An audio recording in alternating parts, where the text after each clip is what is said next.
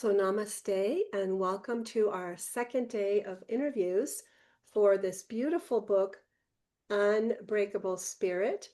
And I'm going to bring on our first author for the day, and that is Lorraine. I'm going to invite you to hold up your book so we can get a photo of you with it. Mm. Oh, and you know what? Because of your blurred background, you might need to hold it in your chest. That'll work when you're Hold blind. it like Hold it this? at your chest, yeah, because of the Yeah. blurred. As long as we can see your eyes. Oh, now there you go. You got to really hold. I know. Okay. How's It's that? hard when, yeah, we got you. Good. I got it. Thank Okay. you. Yeah. Oh, that's funny. Yeah. So I want to say that the all of these stories in the entire book are quite powerful. Where's my video? Hello. What's going on? I'm going to try turning it off and back on. Hmm. There we go. Okay.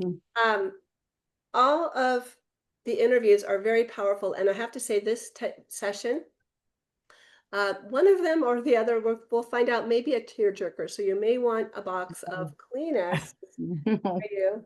Um, so just a thought as we go through these three, they're very touching stories. And in fact, all of the stories in this book are that way. So I'm going to start by introducing Lorraine.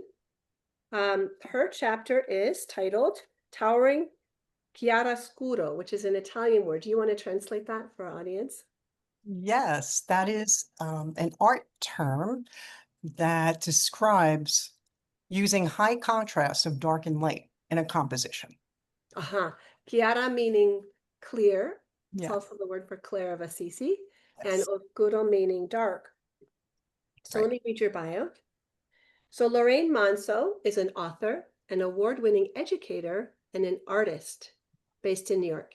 Her short stories have been featured in popular publications, including Dan's Papers and Aces magazine. Lorraine is passionate about exploring the connection of body, mind, and spirit through her multidisciplinary work. She utilizes her extensive experience as an artist and educator to develop empowering public workshops that incorporate the therapeutic benefits of writing, guided meditation, yoga, and neurographic art. And I really, neurographic art, you're getting me leaning in because I'm totally clear. Yeah. So your story takes us back 24 years to a day that I believe is engraved in every single one of us, our memory, and that is 9/11.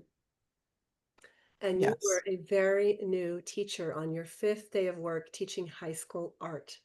correct. And it was third period when this happened, or it was actually the switch between classes, I think right before third Yeah, period. so because at the high school we start so very early in the morning, I already had two classes, and the third class was my prep time. So this Mhm. was a brand new job for me. I was looking to get supplies and planning for the rest of my day. Yeah, And of course, that was my focus, yeah, was taken completely by surprise by we seeing, all were. right, by seeing in those days, we would watch news on a big cart with TV on a big cart. And I noticed students and teachers just sort of watching. And Yeah, it was not a plan. You could tell it was not a class that was organized. It was just a random grouping of people. And that compelled me to go see what was happening. And I really was taken aback by what I saw actually happening before my eyes in real time. Mhm. yeah. So your story is really about what it's like to be so close to New York City in a school where so many of the students and teachers had relatives or friends working in those buildings that day, and the trauma and how you managed that and how you navigated that as such a new teacher. So walk us through what that was like, what went through your mind, and what you saw going through the mind of those teenagers. Well, I was in the midst of an exploding emotion everywhere. The students were crying, they were reaching out to their friends and siblings, parents were coming up and trying to take their children out of the school. And the school went into lockdown immediately because they had to know exactly who was in the building. They couldn't just release students at that moment. And it was complete chaos. And I had to try to manage that chaos. At the same time, my daughter was a high school freshman, and I could not get to her or reach her. She was on my mind, and my ex-husband and his brother had a job at #5 World Trade Center. Yep. And I was very concerned for her and her anxiety about her father and uncle. And in the meantime, I had to focus on the students that I had at that moment, and we went into lockdown. And I did talk about in the story the oath that teachers take, which is en loco parentis, which is in place of a parent. And I don't think a lot of people understand that when you become a teacher, you take that oath. So I am in place of a parent on a regular day in the high school for 125 students a day. If there's an emergency, you have to think about the students in your care. You're not Yes. allowed to say, I'm going to go find my daughter and make sure. Exactly. Mhm. Exactly. Yeah, and it's That was almost a lot of there was a lot of levels to it. It was my own concern for myself, my family, my child. But Yep. then all these students were coming up to me in tears, and I had to try to manage their pain. Yep. And you had a very interesting response. I loved your once you got the classroom, unfortunately, they locked your door. They locked you in. Yes, That that's what lockdown is. You cannot leave and with nobody your can come in. Yeah. was that with your fourth period class or who was that was a study hall kind of Well, it happened during the third period class, and then we just didn't change classes after that. Then we were okay, there until early dismissal. because they wanted to take attendance. Yes. But you had to pass through a locked door, like open it for a second, hand it out, and then Yes, the administrator would come to the door, and then we would have to give them the attendance of who was in the room. Because we would also take whoever was in the hallway, even if it was not my student, they need to come into the room. Whoever was closest by need to be accounted for. Yeah. so tell us how you managed this classroom of kids, some of them crying, some of them in shock, not talking, wanting to go home, not being allowed to go home. You weren't allowed to go home. How Right. did you manage, and not knowing what was going to happen next or how any of your loved ones were doing, how did you manage that in the moment trauma that you were living through? So in the moment, I did tell them that we would sort of have a free draw day, and they could create any type of artwork they wish, and that the drawing itself would make them feel better, Hmm. therapeutic for them to come up with something that was in their mind and heart. And also let them know, I could not tell them what was going to happen next, but to let them know the school was there for their protection, to do everything to keep them safe. Hmm. So knowing that they could be the kids, you were going to make sure they were safe Right. and to draw. I love that, because that you were telling them to draw because I was recently seeing some studies that in an Mhm. ER, if Yeah. people in the waiting room play with games, Yes. they heal faster from whatever the trauma was that got them to Yes. the ER emotionally. Yes. And it was very interesting because as soon as they did that, you could just feel the shift of the energy, that they sort of focused on the work, and the work was actually very positive. I didn't see anybody drawing, awful explosions, and they were going for beautiful images that were patriotic, or the trade centers as they appeared prior to the attack. Interesting, interesting. Well, I just want to really stay with this and encourage our listeners to also stay with this. If we're ever in the moment trauma and there's nothing we can do, we have to sit tight. Yeah, Um, and one outlet might be doodling, drawing. it is. This is why I discuss neurographic art, because it's used in art therapy and Okay. is a free form way of healing and dealing with trauma. Beautiful. So neurographic art means, could you just want to say what that is?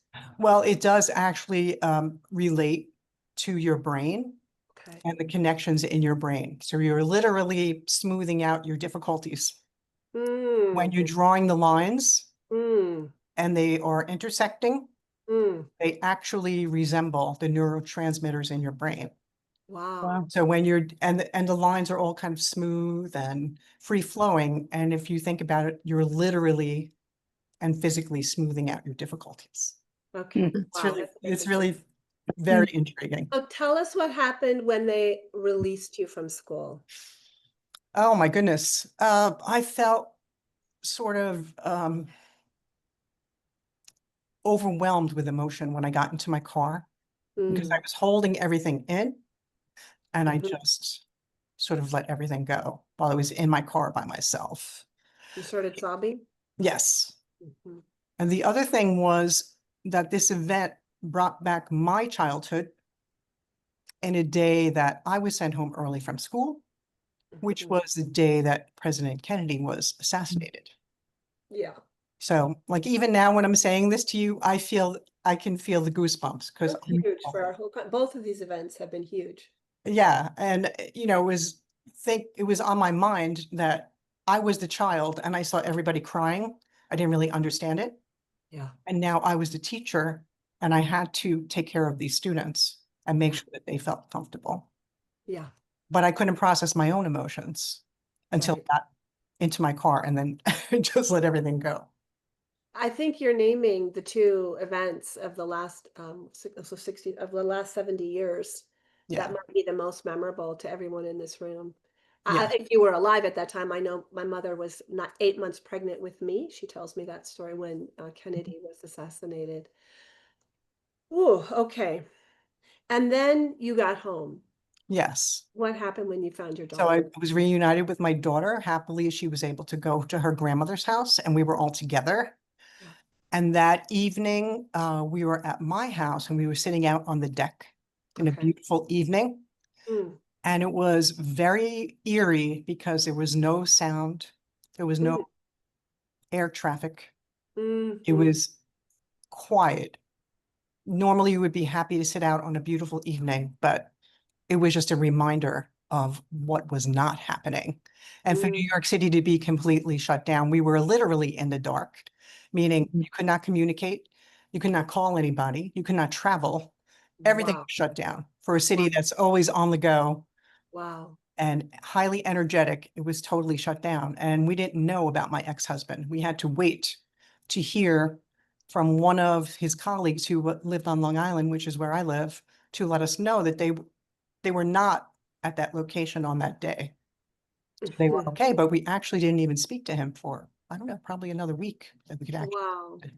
Mm. One of the things that really struck me in reading your story is how in a trauma,